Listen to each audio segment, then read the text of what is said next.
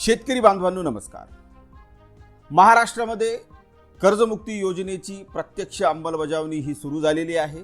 मात्र 2 लाखांपेक्षा जास्त थकीत कर्ज आहे आणि मग चिंता करत असाल की मला या योजनेचा लाभ मिळेल का, तर मग तुमच्यासाठी अत्यंत महत्त्वाची बातमी आहे। चिंता करू नका।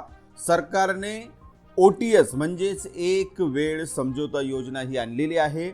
मित्रांनो, शासनाच्या पुण्यश्लोक अहिल्यादेवी होळकर शेतकरी कर्जमुक्ती योजना 2026 या अंतर्गत जास्तीत जास्त 2 लाख रुपयांपर्यंतचे कर्ज हे माफ केले जाते।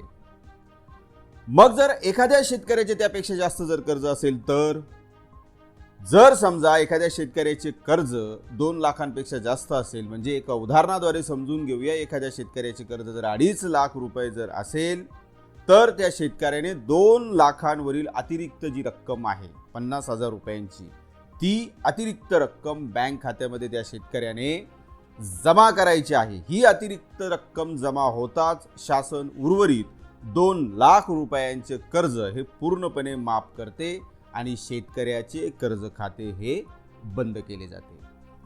मग अशा पद्धतीने ही OTS योजना असणार आहे। पण मग आता प्रश्न दुसरा असा आहे की या OTS ची प्रत्यक्ष अंमलबजावणी ही सुरू झालेली आहे का? तर मित्रांनो, अद्याप तरी अशा प्रकारची कुठली इन्फॉर्मेशन समोर नाहीये, त्याच्या कुठल्या मार्गदर्शक सूचना समोर आलेल्या नाहीये की OTS ची प्रत्यक्ष अंमलबजावणी, OTS चा लाभ घेण्यासाठी जे अर्ज आहेत ते मागवले जात आहेत किंवा अशा प्रकारची कुठली आता सध्या तरी इन्फॉर्मेशन नाही।